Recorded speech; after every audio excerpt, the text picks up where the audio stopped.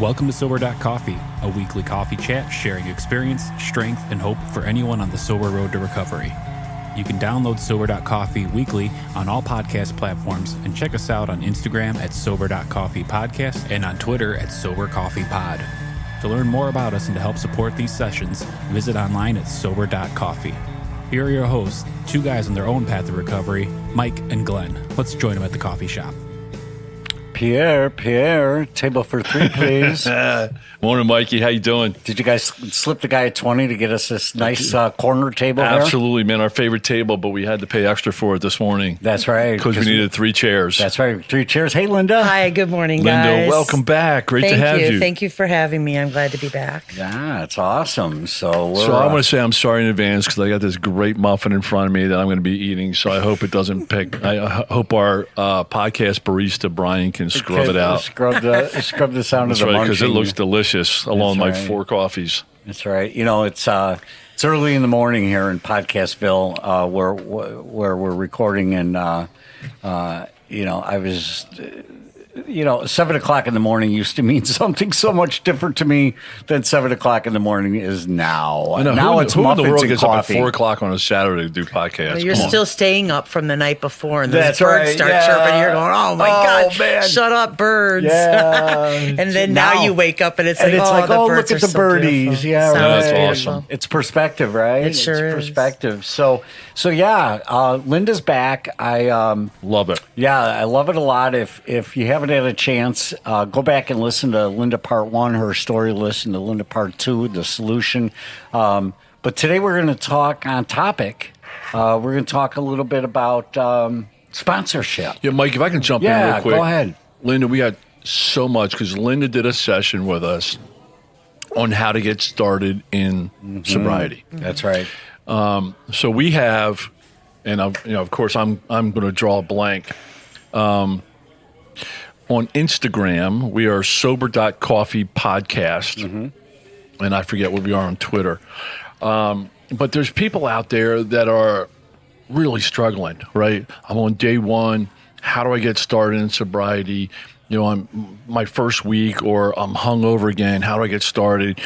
And so I've dropped that episode in, and I've gotten great feedback about how useful that is for people just starting out. Right. Like they have no idea what to do. What's this sobriety thing? And going back to that session, I forget which episode it was, but it's been really instrumental for some people that are just they're probably still hungover or still drunk, and they're sick and tired of being sick and tired.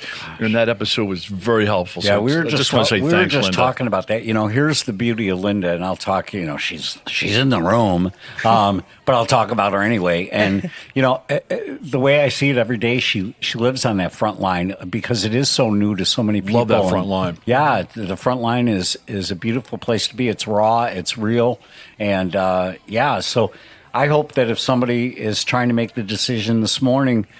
Because we're going to be talking about sponsorship. And first of all, I'm not a big fan of the word. I don't like the word sponsorship, because I don't know. I don't know. I'll get over it. Maybe in the next 18 minutes, I'll figure out I like the word. But, there's this relationship that has been coined sponsorship, but it's to me, it means so much more. It's accountability. It's love. It's honesty. It's counsel, it's everything, to me, to have somebody who, in my opinion, their greatest asset is they've got some experience going down a path that I want to go down. And so I'm just like a sponge listening. So yeah, I'm so glad. I know that you believe a lot in these relationships because we can't do it on our own. No, and that word sponsorship, it's funny because, I'm not sure if I'm opposed to it, but when I hear sponsorship, I mean, I'm in business, and when I think of the word sponsor, somebody's getting something out of something, right? Like because I have a client now. They're doing a national concert series, and they're looking for sponsors. Yeah. Well, that means somebody's paying something to get something out of something. Yeah. Right. So that's when you say you don't like the word sponsorship. Maybe when I hear the word that's it, sponsorship, yeah. I'm like, all right, somebody's, it's like a cult. Somebody's getting something out of something that I don't know about. That's not the way it works in recovery, right? No, it's not. Yeah. So it's so funny. The word for me is more like a mentor, a supporter, help system. Coach. Coach. Oh, coach is a really good one. Because first off, usually it's so hard to ask for help. Sure. And so when you're you're in the midst of your disease and your addiction, to reach out and ask for help is so difficult. So when somebody says to you, I need help, that, we have a responsibility because we were helped, when we reached out. And so to be there to say, okay, I'll help you.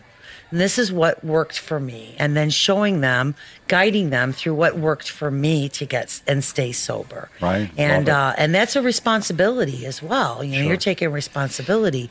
And in this program that we're in, we call it sponsorship, but I see it as a coach, a mentor, a helper, a friend. Right. And it's vital in this because we've tried for years to do it on our own. We've done everything we could and we couldn't do it. Right. And when you find somebody that's been where you're at and felt what you feel and experienced what you experienced, there's nothing better than that, than having somebody that you could talk to that isn't going to judge you for those things that you did and understands that, how you could, you get up in the morning and say, I'm not going to do it again. And then you do, and it's like, and it's okay, and to have somebody in your corner like that is precious. It's vital in recovery. Two words jumped into my mind as you were talking, and I'm kind of getting a little goosebumps this morning because I think of the relationship I have. I just got them too. I know, right? I'm thinking of some of the relationships I have, and Glenn, you're one of them, and Linda, you're one of them, that you unequivocally, unconditionally accept me. Yes. And that just, that didn't happen before. I didn't have relationships that unequivocally. That's a big word. Unequivocal. Right. Love that word, though. Well, the one word that really stuck out, Linda, as you were sharing, was help. Right? Yes, help. I learned most of my life, 50 years, if you ask for help, you are weak. If you ask for help, you're a failure. And my entire life, from the minute I can remember, and I love my dad. My dad was so cool. He's like, figure it out. Do it yourself. I'm not going to show you again how to do it. I showed you once. Figure it out. And hey, frankly, that helped, right? Because I learned to be self-sufficient. But when I was really struggling and getting sick and tired of drinking again, like you said, I'm not going to do it today. Oh, by 10 o'clock, I'm drunk. Sure. I was so, and I was so self-sufficient, I couldn't deliver the solution. I didn't have the solution. I was the problem.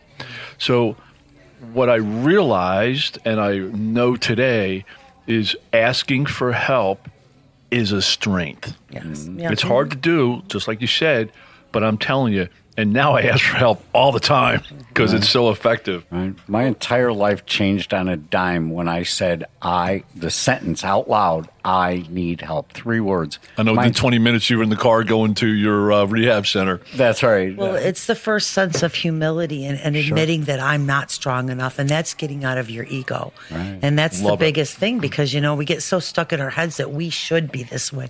And we're taught from a young age, that we should be in control and we're in control of our actions, And ultimately, when we can't control it, it's embarrassing. Yeah. It's devastating. It's you feel guilt, you feel shame, and yet it's a human quality that we have that we are.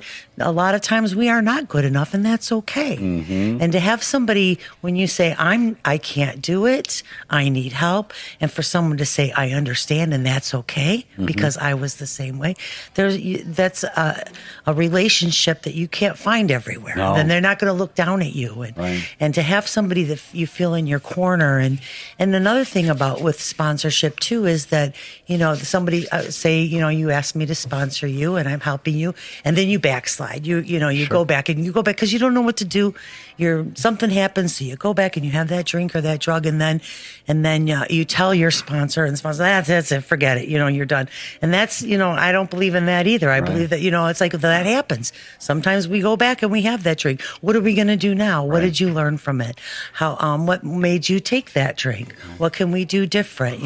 And just letting them know that you're there for them, and help guiding them that it's okay. Let's get past this.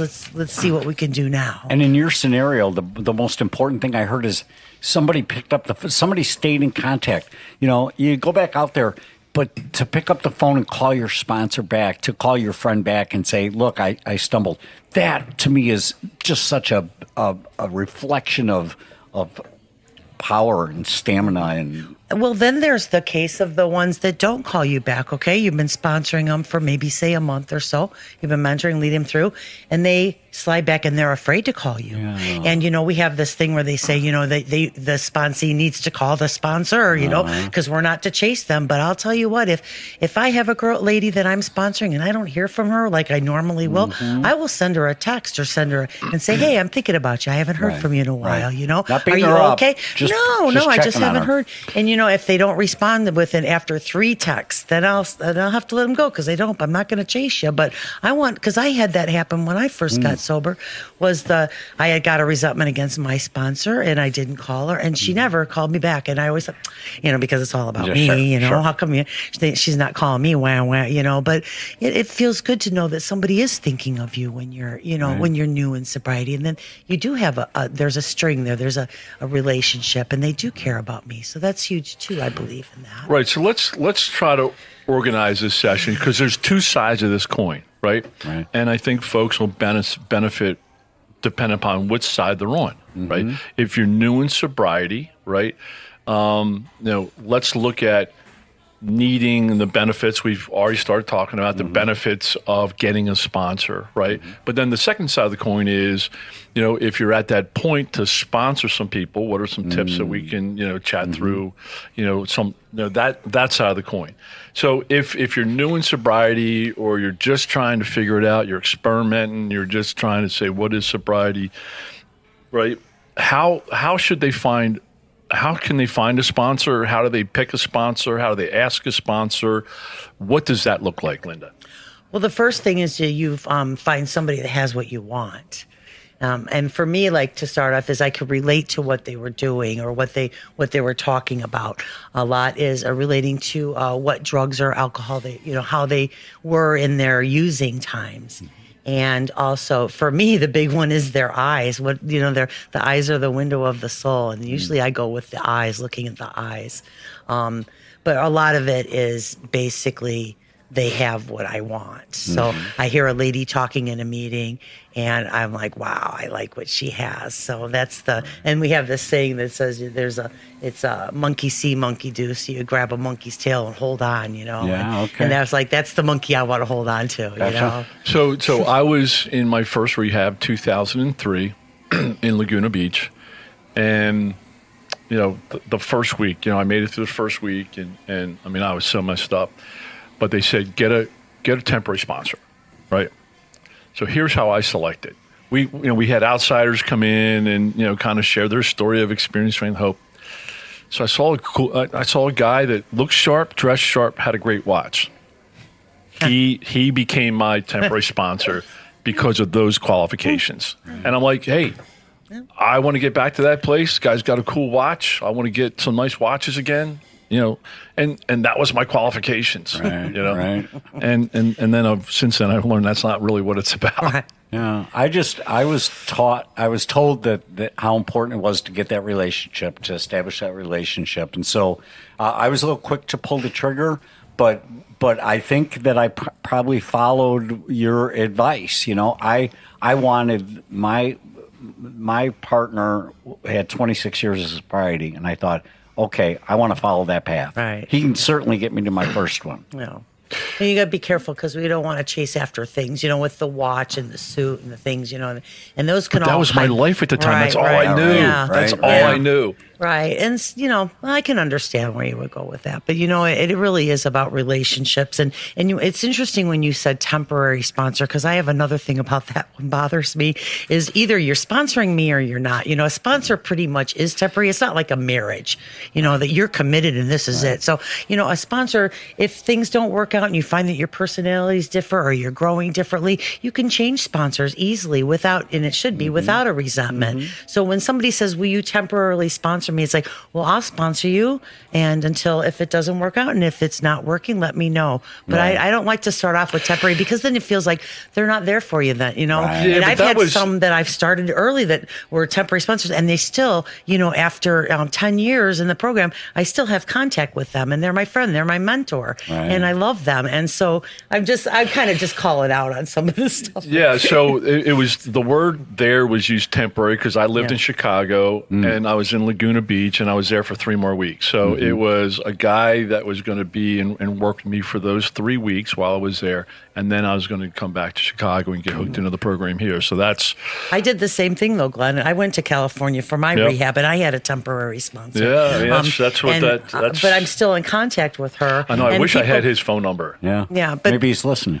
But I still hear of people saying, well, I can temporarily sponsor you, or and I don't know. It just, for some reason, I just think that means, I think if you're local like that, because I hear that a lot in the rooms, I just think it's non-committal. Right. It's and that's what we want to do is let them know that we are there for them. Exactly my point, Glenn. Thank you for that. That's the one. Yeah. So one thing, we have, a guy in the room, I've heard he's got, 3 months sober and he's, advertising, he's got a billboard up in all the meetings that he's going to be a sponsor, right? And I'm like, I've talked to my sponsor about it. He says, hey, I think to be a sponsor, you have to work the steps.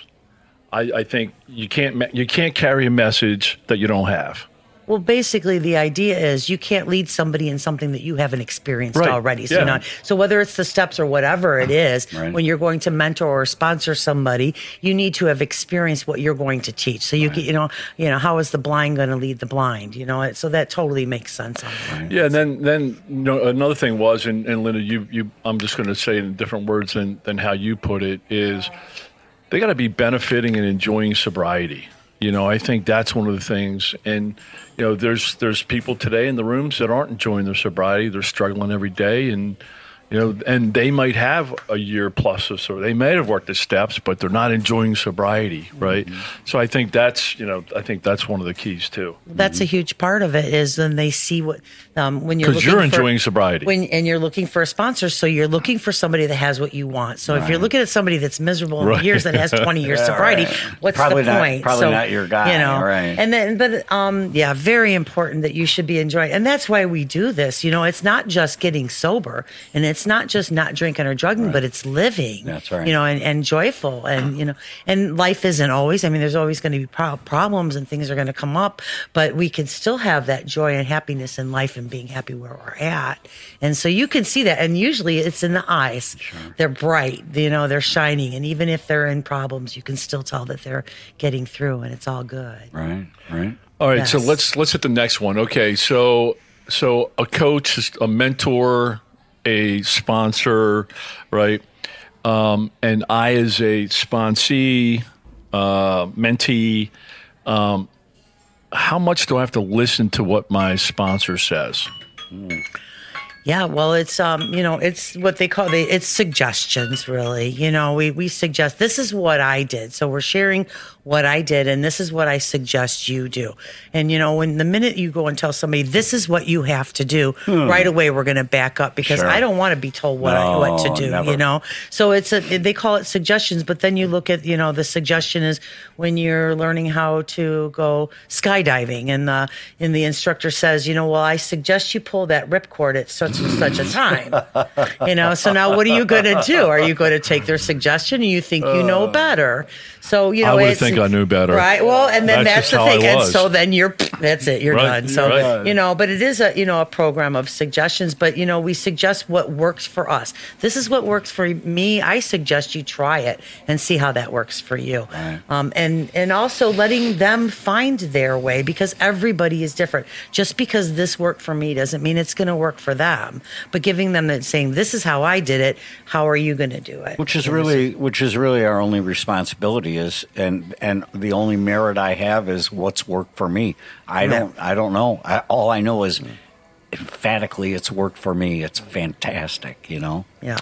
Yeah. So, I mean, we have a guy in the room. His favorite saying is, wax on, wax off. Yeah. Right. Yeah. From the Karate Kid movie, and I mean, I've seen a couple different ways to look at this. I was just with the guy this week. He sponsors 5 guys, and he says, "Look, Glenn, I know these are called suggestions." He said, "If guys don't do what I suggest them to do, I tell them to find another sponsor." Well, and everyone's different, and I actually take a different approach, and believe the pandemic made a lot of changes in that, because the rule used to be we meet face to face, we do this, you go to this many face to face meetings, blah blah blah, and then all of a sudden now the pandemic, we can't meet face to face, and we have to, and I have to submit the work via email and talk things over on Zoom and stuff, and so the only constant is change and being willing to change and not being so headstrong and this is the way it's always been done. We have to continue to do it this way.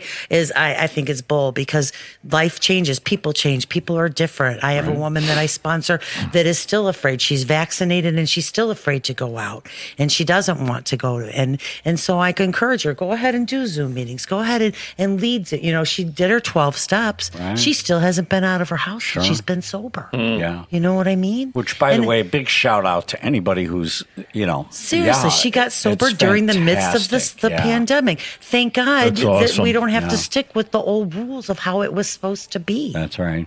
I do like to play the devil's advocate on some things, because there's never there's never a never or always. Yeah, right. No, right. But I was a sponsee, and he was still wanting to run his program. He was dictating to me what he was going to do, what he wasn't going to do, and it just didn't align. And the result was, which hospital am I going to go visit him in next? Yeah. I mean, that was the game. Which hotel do I got to pull you out of now? And finally, I said to him, look, I only know how I got sober and what works for me. And from working with other sober people, what works for them, I said, I have a pretty good fairway in which to operate. I said, clearly, you want to operate in a different... I said, I would invite you to find another sponsor. Mm-hmm. Just because... I mean, he wanted me to work his program, and I looked at the results of his program, and I'm like, dude, it's not working. No, that's the question. How's that going how's it for working you? For how's you? that going for you? Yeah, I can understand where you're coming with that, but also there is the let them experience the downfall of them trying to work their own program. Because that's the only way they're going to learn. That's the only way you're going to learn. I needed every drink I took. Right? Every relapse I had. And so, but we can't force anybody to do anything. If you're not, if you're going to follow my suggestions, that's great. If you're not, well, what are we going to do different? But ultimately, it may come down to, because if they start dragging me down where I'm not, that's where it was getting to. Then there's where the change. But how strong am I in my program? How strong is my spiritual maintenance? How am I maintaining my spirituality? And then if that level changes and I feel like that they're sucking the life out of me, then I will let them go. Right. Because, me and God and my sobriety come first. Everybody else take a number. Yeah. One thing jumped out at me as I was listening is that it's a flavor. It's a flavor, right? So everyone's got a flavor. I appreciate, you're my flavor, Linda, because you say the things that appeal to me, right? And Glenn's my flavor. We might have listeners who are just new in the program and they're trying to find a flavor. If Sober.Coffee isn't your flavor, go check out another podcast, because there are a lot of good people who can share their experience, strength, and hope.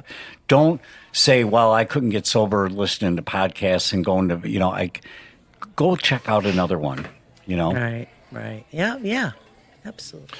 Yeah, there's a lot of, it's funny, my sponsor has been my sponsor for, I don't even know how long, 10 years. And, he has stuck with me when, and my sponsor, he has stuck with me through every one of my relapses. He was doing hospital visits, and that's why, he's taught me to be as relentless as he was with me, that I am with sponsees. Right. And I mean, I am here today because of him. Isn't I mean, that wonderful? He didn't let you go or drop you. Because and so of many that. people told him. I mean, I'm hearing stuff after the fact, right? What the hell are you thinking? Yeah, but there's some people that now that have gone that we laugh about it now. He said, "Hey man, I went to your sponsor and I said, dude, what are you doing? You're wasting so much time with Glenn. He's not going to get it. Just tell Glenn to go out and drink, man. He's miserable, right? Okay. Just tell him, And my sponsor never gave up on me, and I've asked him why. I said, dude, I would have given up on me. And he's like, you know what, Glenn? He said, you really were trying. He said, you did what I suggested you to do every time. You did it with a good heart. He said, you were just really struggling. He said, and you got to the point where you allowed me to coach you out of situations that were really crushing you. And I did. I had enough faith in him and believed in him and the program and whatnot. And mind you, every time that he was coaching you, he was not consuming alcohol. Right. Right? So he was available at 2 a.m. He to was come visit me in available the at 2 hospital. a.m. in the hospital, so he wasn't going to a bar. He was going to see you in the hospital. Right. So have we touched a little bit on finding a sponsor and all that? Can we change gears? Yeah. We still want to visit? We still good? Yep, okay. Yep. So being a sponsor, okay. What's it like being a sponsor, Linda? Oh my gosh, I'll tell you, I never realized how much it helps me to help other people. That was the big... I wish we could get a picture of your face, man, when you said that. Right. I mean, it just lit up. I know. Your face it just really, lit up. it changes everything for me. And I can't even, I have to gather my thoughts because it is very emotional. I've learned more from my sponsees than I have from anyone. Amen. That's what I was going to say. That's when my program kicked in. Yeah. That's where I started learning. Did, right, yeah. And they have some great little nuggets, those I just newbies got coming in chills there, again. because they're so real and raw and want help, and the humility is coming through, and they want to get better, and that's why they chose you. And so they get, seriously honest about what's going on with them. And it's such a beautiful thing when they bring up things that you've experienced firsthand. It's a lot of times it's just too coincidental to be a coincidence when they're sharing these experiences. But then the same thing happened when I found a sponsor. I'm like, oh my gosh, she did that. I want her to sponsor me because I did that, Right. And then to have them, sit down and tell you the things that you've experienced and be able to go, yeah, I did that too. And then, there's nothing like that. It has pulled me out of some really bad depressions that I've been in. Even in sobriety, I've gone where I've told you this before in the solution, where even though I'm sponsored, I'm sober, I can still get where I don't want to get out of bed. Mm-hmm. And that I shared that before in my the solution thing. As far as how helping somebody else helps me out so much. It's so important. That's awesome. Okay, so how about qualifications, right? What qualifications do you need to be a sponsor? What training do you need? What degrees do you need from a university to be a sponsor? Yeah, thank God you don't need one. Right. Only it's experience, and it is somebody being transparent in their experience and their strength and their hope. And being real, and the honesty is the biggest part, because if you're not honest, that the honesty is what everything else leans on. Because if we don't have that belt of honesty and that belt of truth around us, nothing else can hang on to it. So definitely, and I think also the transparency and being willing to talk about and admit what you did. So that they can see that it's okay if they did it too, and it's okay because some of it sounds like something you would never say ever. You would take this to my grave. Right, sure. No one's going to ever know that I did this, and so you're living in that shame and the guilt and the remorse of what you did. But when you have a sponsor that shared that they did that exact same thing and they're laughing about it because it was insane. Sure. And then you're like, wow, I'm not the only one. Wow, she's laughing about it. And you realize, you know what? That wasn't me. That was the result of my addiction. That's right. So they released it. So you can release it and relieve it. So being transparent is huge in being a sponsor and a sponsee. But yeah, I learned more from my sponsees than I ever thought was possible.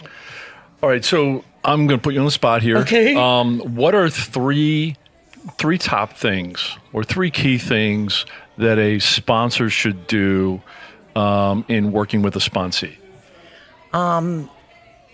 Number one is validating your feelings, that it's okay to feel this way. Unconditional love. Yep. And boundaries. What do you mean by boundaries? Because a lot of times when you find somebody you want to sponsor you, you can tend to go overboard and I don't know what to do with my finances. I don't know what to do with my driver's license. I don't know what to do with my legal problems. Mm-hmm. And then you want to put them all, especially when you're new in sobriety, sometimes you're looking for someone to save you, and a sponsor's there to help save you, but they're not there to run your life. And, to be able to self-preservate yourself, we need to learn how to have boundaries and say, this is what I'm here. I'm going to lead you in the steps that I took that helped me get sober, but I'm not going to be your financer. I'm not going to be your chauffeur. I'm not your cook. I'm not your legal advisor. I'm not your mental disorder advisor, counselor, Mm-hmm. So boundaries are very important. And when we set boundaries, we actually, it shows a sign of loving that person because I love you enough. I'm going to set this boundary so that we can continue our relationship. Succeed. Because if I don't set this boundary, I'm going to get a resentment against you and I don't want to be around you. So it is my responsibility to set boundaries. So that is very important in sponsoring as well. No, I really love that. I think that's great. What are three things sponsors should not do? Sponsors should not do? Drink. Yeah. Right. Okay. All right. Berate somebody for making a mistake or being wrong. Oh my God, I could list a bunch of them. I'm trying to think the top three things. Think that they're better than you. Yep. Superiority. The superiority, the hot shot, We're really just the same. I just happen to have a few more 24 hours than you do. Mm-hmm. But I'm still human. I still have my defects of character. They don't glare as much, but they do pop up. And I do know how to stay sober today. But that doesn't mean I don't tomorrow. And, I sponsor you, but I have a sponsor too. Right. And it's, Yeah, it's really neat. I was on one of these Zoom meetings, right, in COVID. And,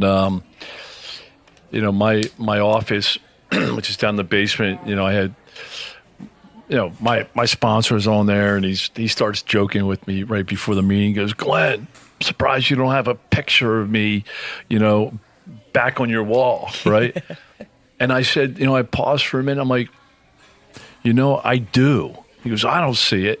And I had three of these really cool lighthouse pictures, that are over in France with the big waves that come over them, towering waves. And I'm like, dude, those three pictures are you. I said, I look at you as my lighthouse, as I go through this program. I'm out there driving the boat. I'm out there doing the work, but you're helping guide me on where the rocks are, on what's coming up. You're helping me not hit the rocks by always being the light. I'm like, dude, your light is always on, and I need it. And that just kind of hit me as far as the sponsor-sponsee type thing and kind of, I have a responsibility. My sponsor does not carry me. Right. Okay. There were a couple times early on he did, But, it's my job to do the work, to do the actions, but he's there helping. That's where the coach thing comes in for me and whatnot. Okay. Next question. Ready? Oh, my gosh. Next question. Ready? Like I'm on test in high school. I know, right? Yep. Okay. I'm glad you're here this morning. Usually I'm so it's glad me. to be here. Yep. But actually, there are no right or wrong answers. I'm just telling you what No, these are, we're tying into your experience, strength, and hope. Okay. Right. So am I allowed to ask you how many sponsees you have today? Yeah, actually, I have. Is it double digits? No, it isn't. I have right. 5. I really have. Between my sponsor and I, we made up the. We decided that I should only have 3. But it's kind of hard when some women come up to me and they need some help and they ask me to sponsor them. And the 3 that I have sponsored, I've been sponsoring for over a year. Each one of them over a year. We don't actively work the steps like I do with a new sponsee. Mm-hmm. We kind kind of is maintaining and making sure they're doing, service work, and they're just keeping in touch with me, letting me know how life is going on. I'm there. They can call if they have some issues or some questions, but it's not like actively working the That steps. almost sounds like a friendship, though. It is a friendship, yeah. but it's also and another word would be accountability partner. Yep. Someone that you could talk to, say, I'm not sure, or even, oh, this happened, I'm so glad, or this is happening, I'm not sure, So, but when I get a new sponsee that is new in the program and actively working the steps with them, I get so much out of that. And also, a lot of times when they come in, they say they want to do all this work, so I'll take them on. But a lot of times it doesn't manifest into continuing. Unfortunately, a majority of the people that come in here wanting to work the steps don't actually continue to. Life gets in the way, things get in the way. They don't particularly like to have to be accountable or whatever the reason. A lot of times a sponsee won't stay on. And so I keep myself available for those to work the steps. Good question. How do you handle when a sponsee relapses or unplugs? Okay. If they relapse, I'll let them know that, that's okay. Let's pick up the pieces and let's go on. I'm not going to just say, oh, that's it. You've screwed up. You're done. But how do you feel? How do I feel? Yeah. Do you feel like you're a failure? Oh, no, not at all. It has no reflection on me. Their sobriety or their relapse has no reflection on me. I'm doing all I'm doing is showing them what I did. If I think that I have the power to make them drink or not drink, then I'm God, where is that put me? Well, there was a period of time in my life where I thought I was God. And especially, with my first sponsee, I thought his success or failure was on me. And boy, I learned really quick that's not the case. It is not a reflection of me. I do the best that I can. Thanks for pointing that out. To lead them. But also, if they all of a sudden stop contacting me, like I said, I want you just to call me or text me every day, let me know. And all of a sudden it's been 3 days, I haven't heard from them, I'll send them a text. Hey, I'm thinking of you. I haven't heard from you in a while. What's going on? Have you decided, that you want someone else to sponsor you? And sometimes I'll get no response. So I'll send out like 3 texts within a week. And then after 3 days, then I'll have to let them go because I don't want to stalk them. If they don't want to talk to me, then I'm not going to. But at least to let them know that I'm thinking. Right? Yeah, but I'm letting them know that I'm thinking of them because sometimes I know when I relapsed and I had a resentment against my sponsor and she never texted me or called me. She said, never. That was it. It was like, and I kept thinking, why isn't she calling me? Isn't she worried about me? Is she thinking about me? Do I even matter? And, we all matter. And sometimes when we're in the midst of the addiction, we want to know that somebody is out there is thinking of us, And if they don't contact me, then I have to let them go. But at least let them know that I am there for them and it's okay. And if you relapsed, call me. We'll work through that. It happens. You don't have to give up. Let's not stop stopping. Let's keep going. Yeah. So I think as we wrap up here, I don't even know the time, Mikey. We're probably blew the 18 minutes again, but oh well. I think there's so much value. Linda, you pointed out so many things that are positive about the sponsee, coachee, I'm not even sure that's a word, mentor-mentee relationships for both parties. And I can really echo that from both sides. As a sponsee, I wouldn't be here today without my sponsor, my coach, and I'm telling you, I thought I had an okay program going on until I became a sponsor, and then it really shifted in gear. And, that's when I started to learn the program because I worked the steps with my sponsees, and I go through it.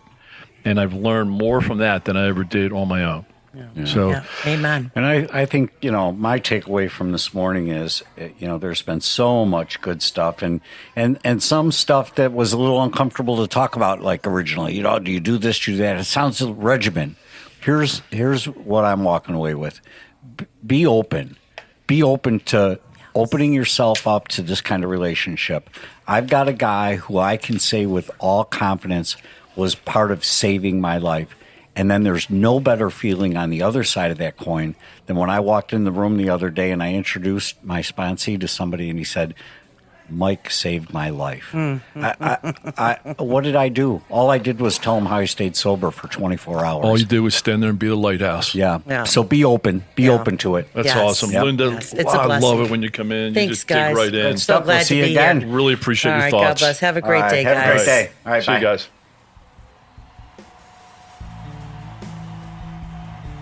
Thanks for joining us for today's coffee chat. To contact the show, email us at podcast@sober.coffee. If you need immediate help, the AA hotline is 800-839-1686. The National Suicide Prevention Hotline is 800-273-8255. Remember, Mike and Glenn are sharing their own journey on the path to recovery. Any suggestions, medical or otherwise, are their own experiences and should not be viewed as professional advice. See you next week, and remember, there is a solution.